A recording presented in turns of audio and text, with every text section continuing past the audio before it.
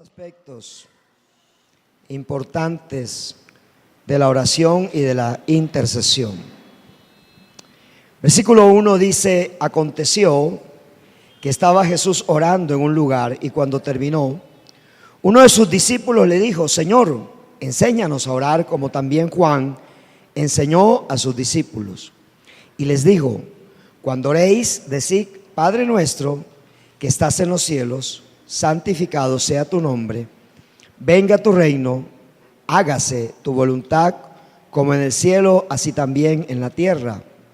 El pan nuestro de cada día, dánoslo hoy, y perdónanos nuestros pecados, porque también nosotros perdonamos a todos los que nos deben, y no nos metas en tentación, mas líbranos del mal. Les dijo también: ¿quién de vosotros que tenga un amigo va a él a medianoche y le dice: amigo, préstame 3 panes, porque un amigo mío ha venido a mí de viaje y no tengo que ponerle delante? Y aquel, respondiendo desde adentro, le dice: no me molestes, la puerta ya está cerrada y mis niños están conmigo en cama, no puedo levantarme y dártelos. Os digo que aunque no se levante a dárselos por ser su amigo, sin embargo por su importunidad se levantará y le dará todo lo que necesite.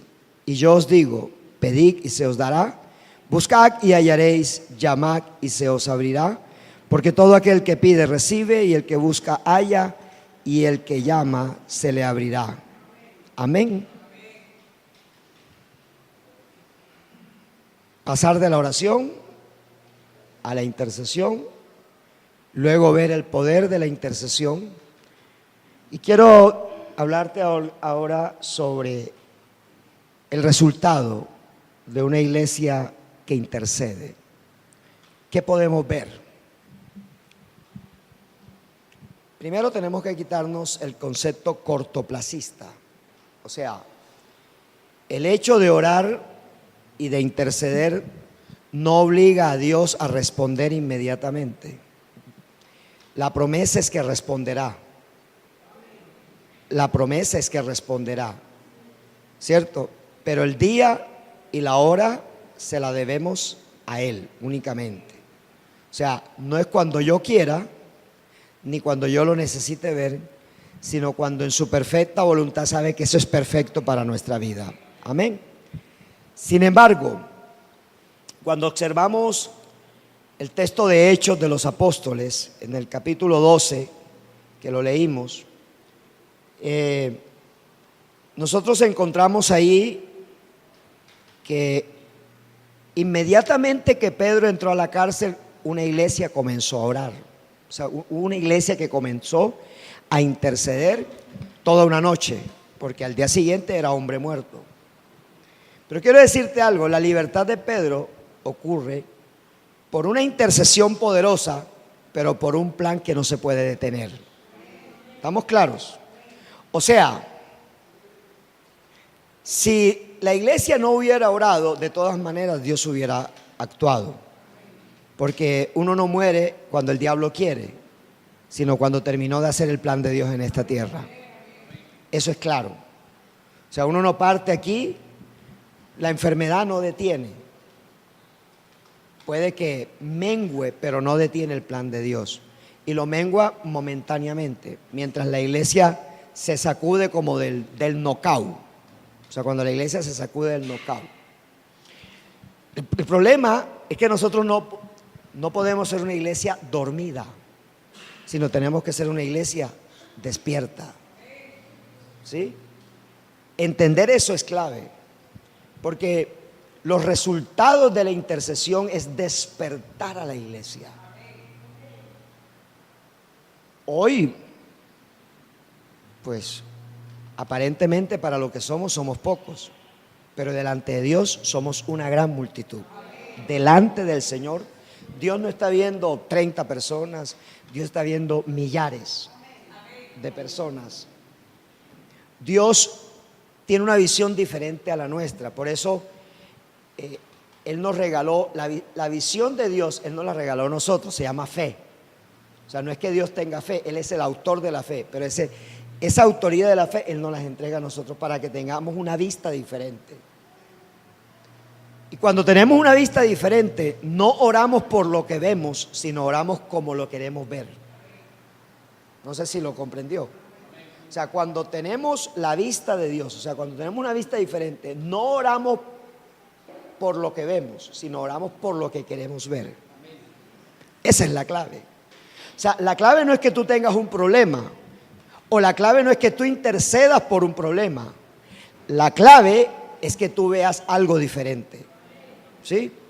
Recuerdo que estábamos en la habitación de Lucy, Marlon, Diana y yo, y Dios me dijo: no vas a orar porque yo me la lleve, vas a orar porque yo le dé vida. Porque si yo le doy vida, yo creo que detrás de Lucía hay multitudes que vienen, porque ella ama las almas. Lo que pasa es que le falta un proceso que está viviendo en este momento. Y este testimonio será para arrastrar gente. Y entre los tres comenzamos a declarar palabra de vida. O sea, oramos por palabra de vida. En ese momento dice Diana: la promesa, pastor, ¿cuál es la promesa de ella? Y Diana mira y la promesa estaba así. Y leímos la promesa y dice: año de ver cosas tremendas. Y comenzamos a orar por esa promesa. ¿Sí? Entonces, cuando una iglesia tiene como valor la intercesión, es una iglesia que gobierna la ciudad. Es importante esto. ¿Por qué las ciudades no han sido tomadas por las iglesias? Porque las iglesias solamente oran, pero no interceden. Y oran en sus servicios, y eso está bien. Y oran privadamente en sus tiempos con Dios, y eso está bien. Pero cuando la iglesia no abandona, sino que hace menos importante la oración para hacer más importante la intercesión, el intercesor se vuelve más poderoso en oración. Porque Dios le da al que necesita. Estamos en eso. Dios le da al que necesita. Es decir, si tú tienes hambre de salvar almas, Dios te va a dar almas, porque ese es tu hambre.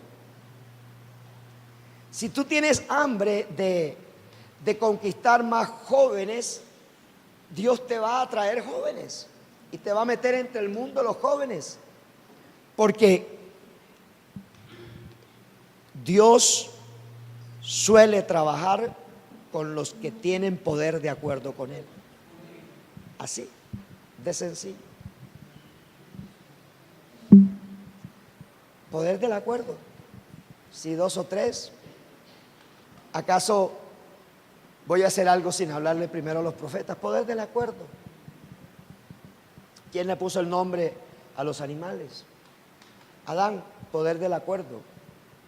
O sea, una vez que Dios nos creó a nosotros y nos hizo sus hijos por medio de Cristo, todo su gobierno es a través de nosotros. Todo su gobierno es a través de nosotros. O sea, todo lo que Él va a hacer, lo va a hacer a través de nosotros. Por eso es importante que tú y yo nos volvamos requete bueno en la intercesión.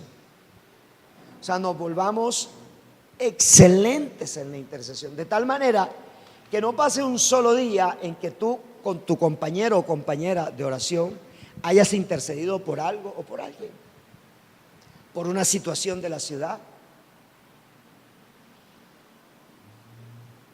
¿Qué pasaría si todas las iglesias cristianas de sana doctrina nos parásemos a 2 o 3 kilómetros antes de entrar a cualquier comuna de esta ciudad que esté gobernada por las fuerzas del mal? ¿Qué pasaría si 500,000 cristianos nos parásemos en los cerros, como es un ejercicio que hizo James, Estela, Marlon, Diana, nos parásemos en los cerros a declarar? Yo pienso que nuestro próximo ayuno debe ser en un cerro, en Pan de Azúcar. Vamos a hacerlo allá. Vamos a hacerlo en un cerro. Nos vamos para todos los que tenemos carros, nos vamos y los ponemos a la orden. Y si no, contratamos una buseta o un bus y nos vamos a Metrocable, por Metrocable. Pero vamos a comenzar a conquistar zonas específicas de la ciudad.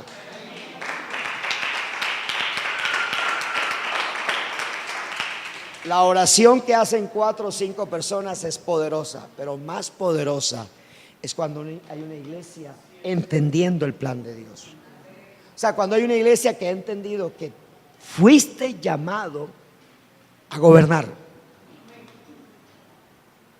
que hemos sido llamados a tomar la ciudad para el Señor Jesucristo.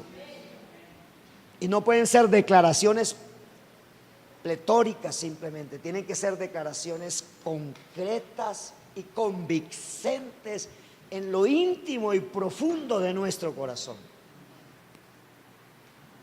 Mira, al volverte adorador en sueño, Dios no te va a dejar dormir muchas veces, porque te va a levantar para ponerte a clamar. Te va a levantar, te va a poner pensamientos de personas, de situaciones. Esta mañana yo puse el reloj a las 4:15 de la mañana, pero a las 4 me desperté y fui al baño y dije, voy a descansar estos 15 minutos mientras suena, y el Señor no me dejó. Entonces puso en mi mente que hay que hacer un plan espiritual para derribar todo argumento de maldad en la Comuna 13. Así me lo dijo. Me dijo, voy a preparar a Centro Bíblico para que se convierta en una iglesia derribadora de argumentos y centros de maldad. Y yo pensé que era una idea mía, y medio me trataba de adormitar y me decía, levántate a orar, levántate, porque van a venir cosas grandes. Porque mira, si nosotros oramos, si la intercesión es ponerse en la brecha para ser vallado en favor de otros, ¿por qué no comenzamos a ser vallado en favor de esta ciudad?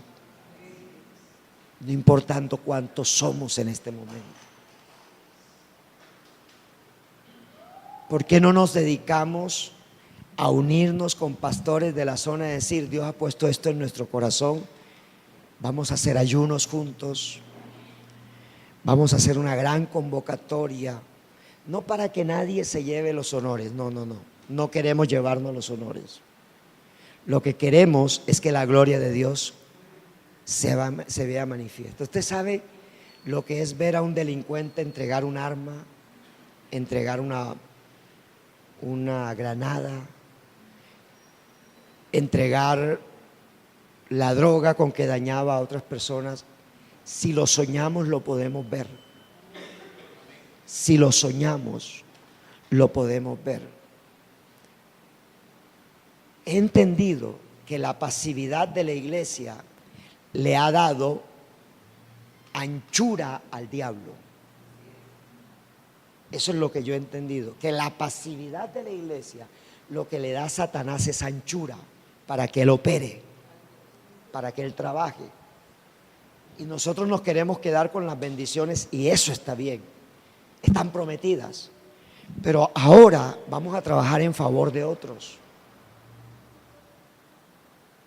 Mira lo que dice el evangelista Lucas. Él coloca una metáfora acerca de un hombre que ya está con sus hijos durmiendo, pero que a otro hombre le llega una visita a altas horas de la noche y la visita tiene hambre, pero el hombre donde se hospedó la visita no tiene que darle de comer. Entonces, ¿qué hace el hombre? Dice, yo me voy para donde el vecino, porque sé que el vecino tiene comida, y le voy a pedir pan. Y el vecino, ¿qué le dice? Ya estamos dormidos, mis hijos y yo ya estamos acostados, no molestes. Y el hombre sigue insistiendo.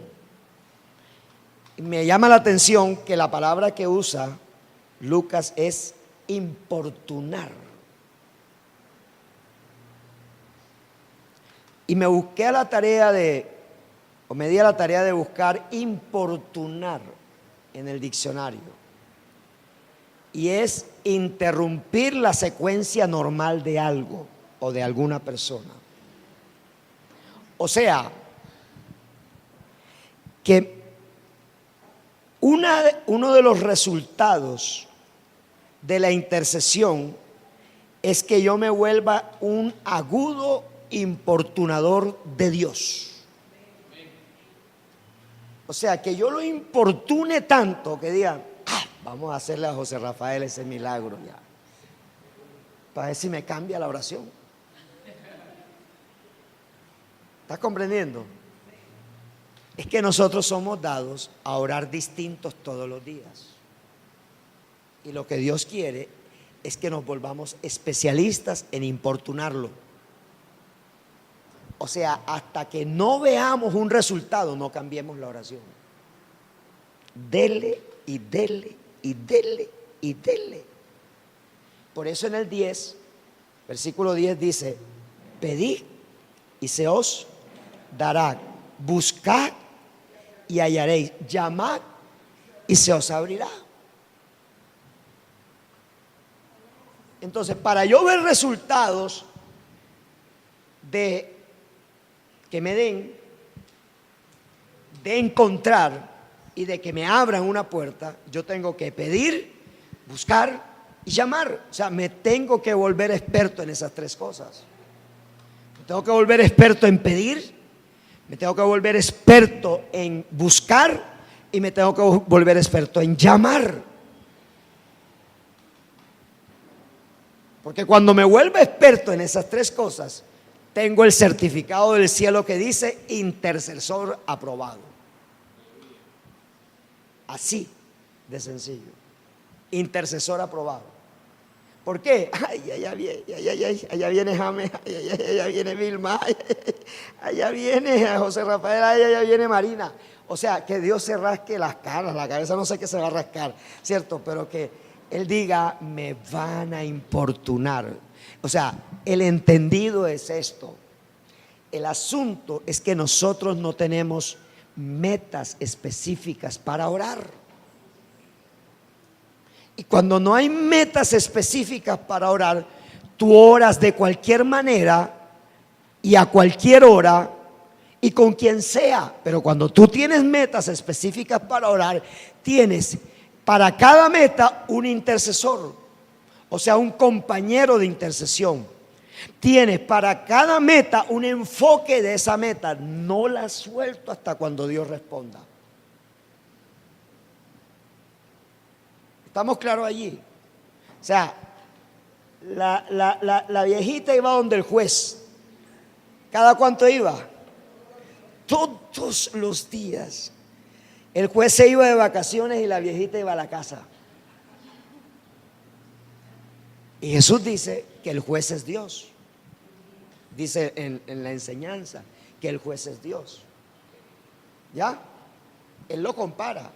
Y imagina que habla que el juez es malo. No es que Dios sea malo, sino que hay momentos en que Dios va a ponerse como algo duro en la respuesta. No es su actitud, pero Él lo que quiere ver es mi poder de persistencia, mi poder de importunidad.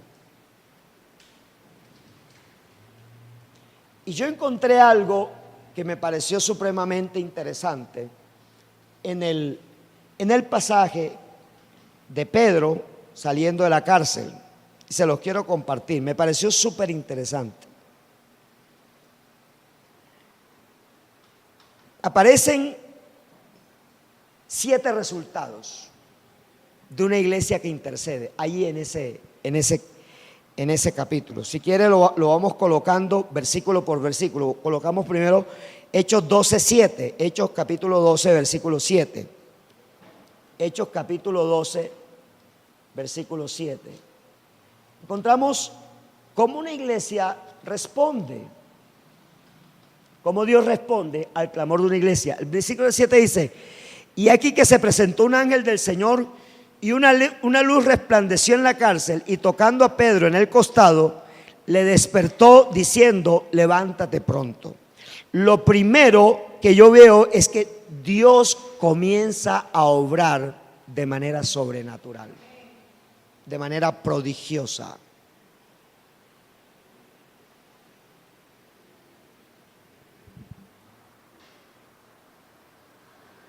Me he puesto a estudiar sobre Iglesia Crecimiento de los coreanos. Y el fundamento del Iglesia Crecimiento de los coreanos está en la oración. Ellos tienen montes de oración, montes.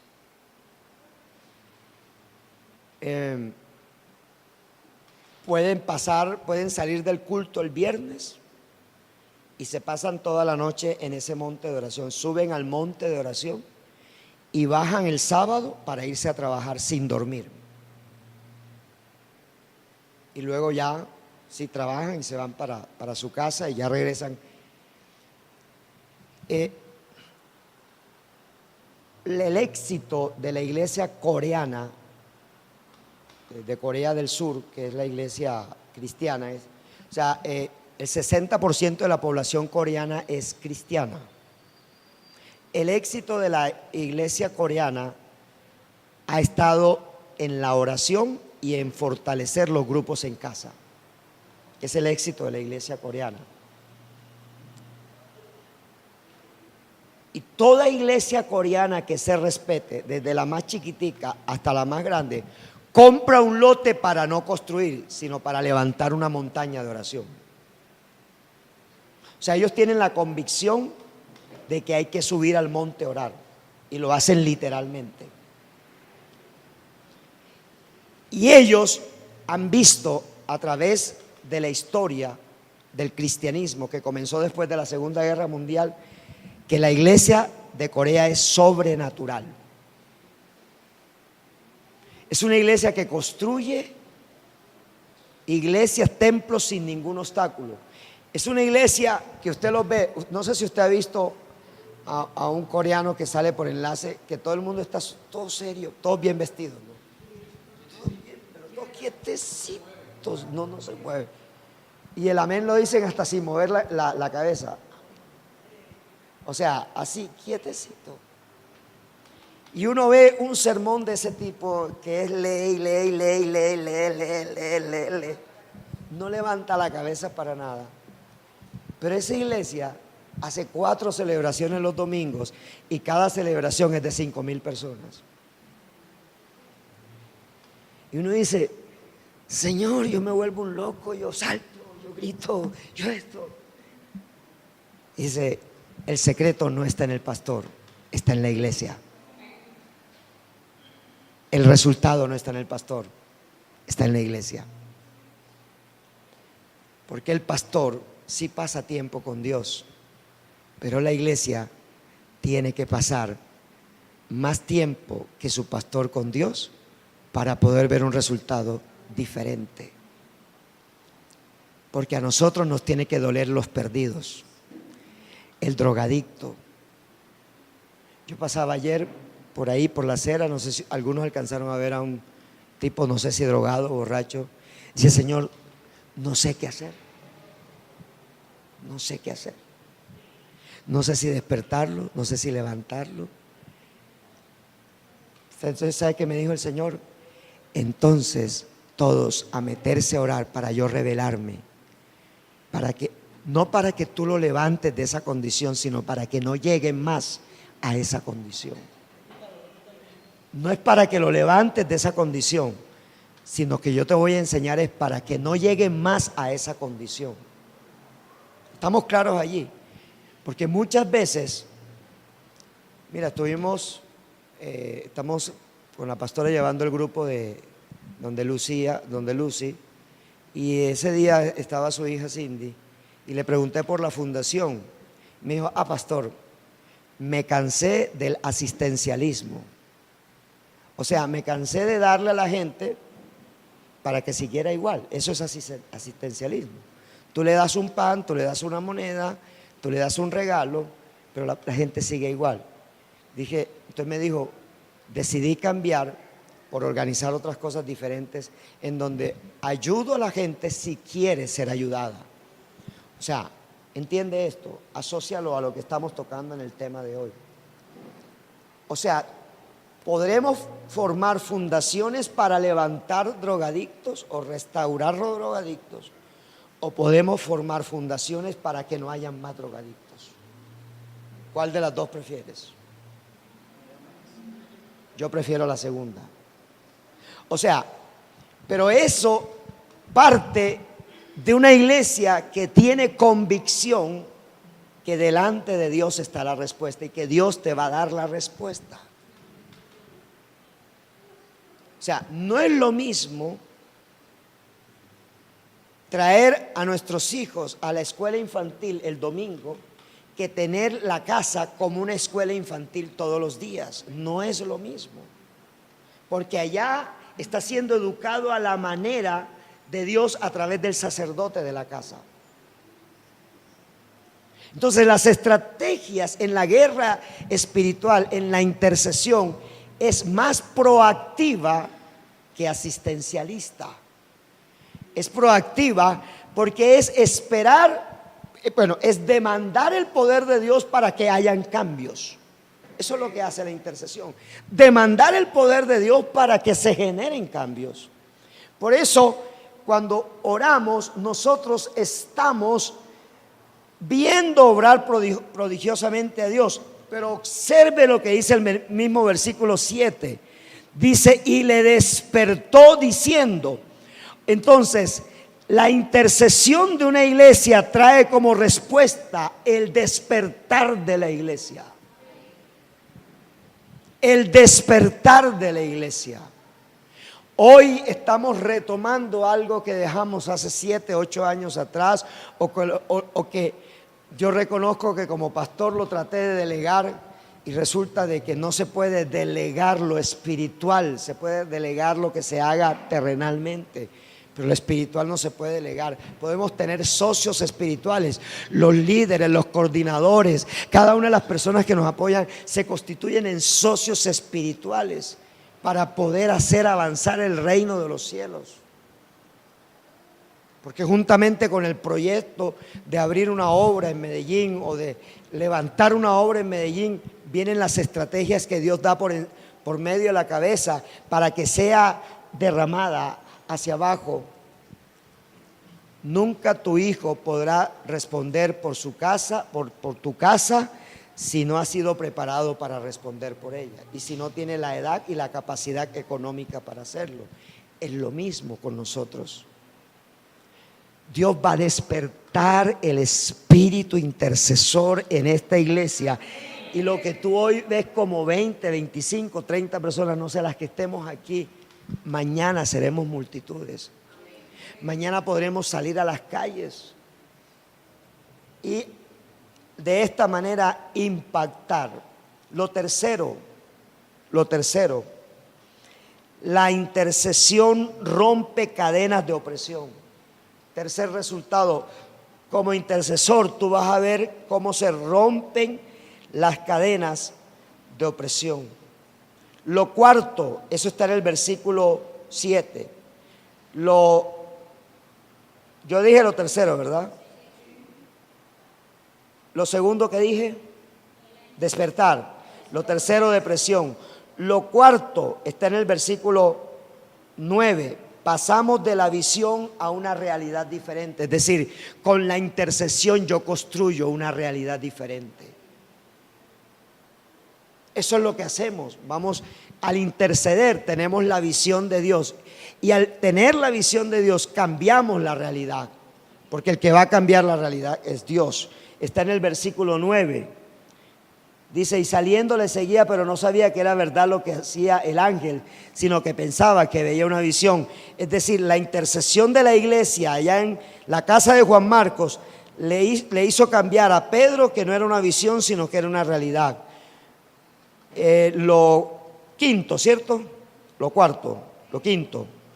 quinto está en el versículo 10. el enemigo de nuestra fe no se dará cuenta de lo que está sucediendo a su alrededor y estará vencido.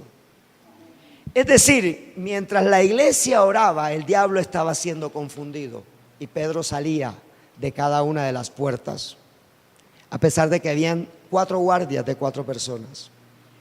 El enemigo fue confundido. ¿Qué va a pasar con la intercesión? El enemigo es confundido. A veces tú dirás, no siento ganas de interceder. Solo dobla tus rodillas, habla en lenguas si sabes hablar en lenguas, y si no, abre tu boca que el Señor la va a llenar. Es que ni siquiera interceder necesita horas. 10 minutos, 5 minutos, 1 minuto, 2 minutos. Lo que Dios quiere es taqui, taqui, taqui, taqui, taqui, taqui, taqui, taqui. O sea, ese golpear todos los días. Los viejos decían, tanto va el agua al cántaro hasta qué, hasta que lo rompe. Y esa es la intercesión, el taqui taqui que Dios está sintiendo. Otra vez Marcos a doblar rodillas. No doble rodilla, Marcos, que ya sé lo que va a pedir. ¿Sabe qué, ángeles? Hagan. El enemigo de nuestra fe no se dará cuenta de lo que está sucediendo a su alrededor y de la manera que la iglesia lo está venciendo. Número 6. La iglesia experimenta un nivel de libertad. Versículo 10. La iglesia experimenta un nivel de libertad. ¿Por qué? Porque la oración de la iglesia tiene confundido al diablo. Y al estar confundido el diablo, es Cristo el que está operando. Y al estar operando Cristo, la iglesia está siendo libertada. Libertada. Y número 7, está en el versículo 11. La iglesia experimenta o ve cómo Dios opera en salvación. O sea, cómo Dios comienza a operar en salvación, salvar gente. Cómo Dios comienza a salvar gente. Cómo Dios comienza a salvar gente. Pero lo más importante es que el mayor resultado de la intercesión se llama incrementar los niveles de fe en el Señor. Los niveles de fe en el Señor. Ahí está en Lucas, ¿cierto? Entonces, lo que Jesús está enseñando es que debemos tener total confianza en pedir porque vamos a recibir. Punto. Mire, siempre a mí que estoy hablando de intercesión me viene a la mente las 7 vueltas a la Alpujarra con Claudia. Se iban todos los días durante 7 días a las 6 de la mañana, a las 5 de la mañana. Me imagino que dirían, allá van los locos que oran alrededor de un edificio. Y yo sé que James sintió una desolación cuando ¿cómo es que se llama? La licitación. Por eso sí, cuando en el primer negocio, cuando la licitación se la dieron a otra empresa. Y él llegó donde mí y dice, pastor, ¿qué pasó? No sabemos. Lo único que yo sé es que ninguna intercesión queda en saco roto. Porque si allá se derribaron algo más fuerte que fueron unos muros, que son las personas que tienen que dar la aprobación para que no se derribe. Y vea, el competidor que se ganó, aquí es donde viene la respuesta de Dios, porque Dios, si Dios le hubiera dado a James el negocio inmediatamente, James todavía en ese momento era muy negociante, todo lo negociaba. O sea, James todo lo negociaba en ese momento. Hasta daba cheques por fechado para pagar el diezmo. Todo lo negociaba. O sea, había buena voluntad, había deseo, pero no había conocimiento, ¿cierto? Entonces, la sabiduría de Dios es tan infinita que el 50% del contrato que ellos perdieron era servicios. Y la empresa de él es fuerte en servicio, era fuerte en servicio en ese momento, no en software y equipo, sino lo más fuerte era el servicio. El que se la ganó tuvo que contratarlos a ellos porque ellos eran los únicos que sabían cómo implementar esos servicios. Eso lo tengo yo fresquecito. Eso sucedió hace cuántos años, como 9 años atrás. Pero yo lo tengo fresquecito. ¿Por qué? Porque uno debe entender el operar de Dios. El enemigo está vencido, pero el que el que no se puede dejar por un enemigo vencido soy yo. Yo no me puedo dejar vencer por uno que está derrotado. Y entonces la historia termina en que ellos entran al municipio de Medellín a prestarle los servicios al operador que se ganó el contrato. O sea, a ellos les pasó la mitad del contrato. Pero ahí es donde está el poder de Dios. Y ese contrato, si no estoy mal, estaba por 1 o 2 años. Por 3 años. Pero al año siguiente, al entrar ellos comenzaron a descubrir todas las falencias del sistema del municipio de Medellín. O sea, todos los problemas que se le podían generar al municipio de Medellín, si el municipio de Medellín no se actualizaba en la parte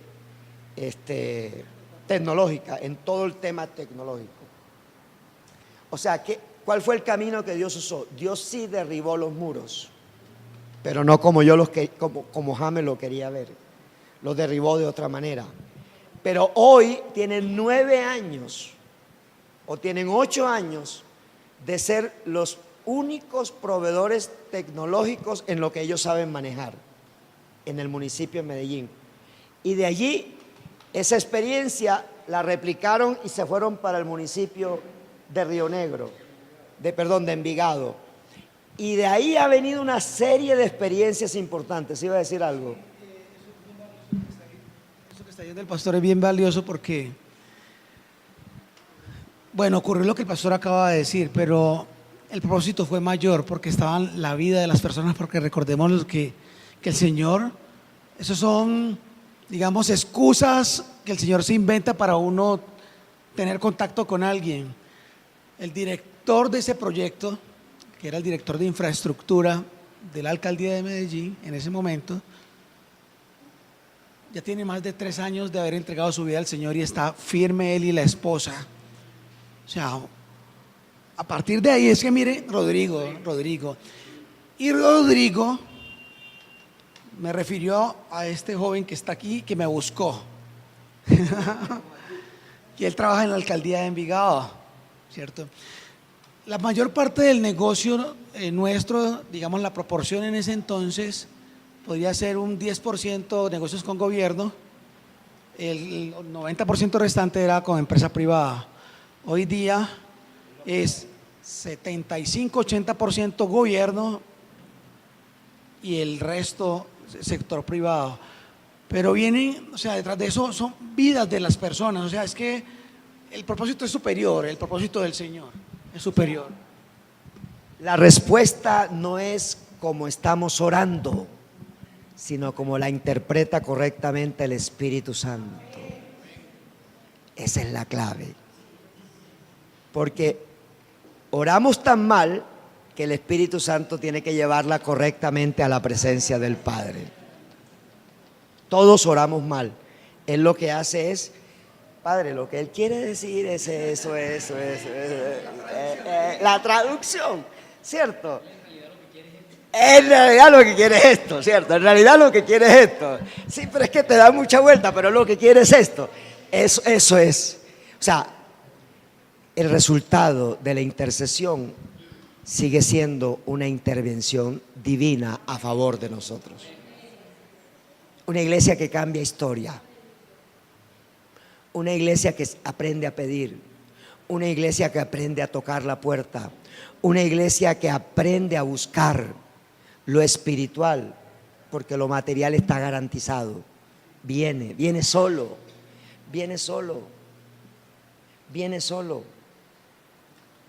Entre más intercedas, entre más ores, entre más busques la presencia del Señor, tranquilízate, la respuesta de Dios viene. No te acostarás ni tú ni tu familia con el estómago vacío.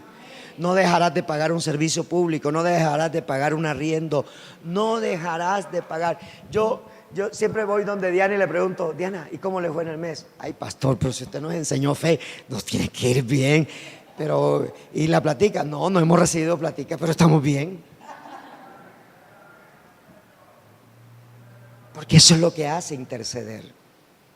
Nos da confianza y entender que el reino de los cielos está a favor de nosotros. Amén. Pongámonos en pie para orar y ser despedidos y ya terminar este ayuno. Por misericordia de Dios, Dios nos regaló media hora. Así que el propósito se ha cumplido. Amén. Yo invito a la pastora Vilma que pase por acá, por favor, y nos bendiga y nos deleite con su oración.